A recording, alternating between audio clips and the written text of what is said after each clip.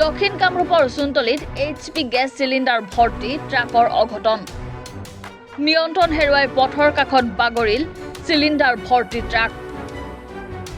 সোণতলীৰ খেলেখুটিৰ END মথাউৰিৰ পৰা নিয়ন্ত্ৰণ হেৰুৱাই বাগৰি পৰিল চিলিণ্ডাৰ ভৰ্তি ট্ৰাকখন। নিশা আনুমানিক 12 বজাত সংঘটিত হয় এই ঘটনা। দুৰ্ঘটনাগ্ৰস্ত ট্ৰাকখনৰ পঞ্জীয়ন নম্বৰ হৈছে AS01 HC 5123।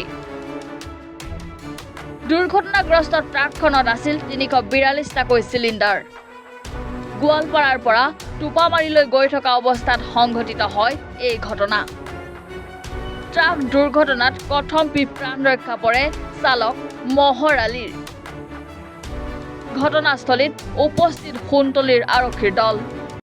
এটা মানে দুইটা খুৰা আছিলে এই খুৰা দুটা কয় বেক কৰোঁতে বেক কৰি এনে ঘূৰাইলোঁ গাড়ীখন।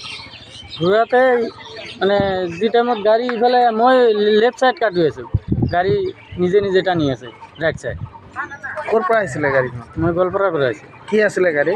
গেছৰ গাড়ী, LPG গেছ। মানে আপুনি চালক নেকি গাড়ী? অঁ, কেইজন আছিলে গাড়ী? সকলোৱে। আঘাতপ্ৰাপ্ত হৈছে নেকি? না, আঘাত পাইছোঁ অলপমান, বেছি নহয়।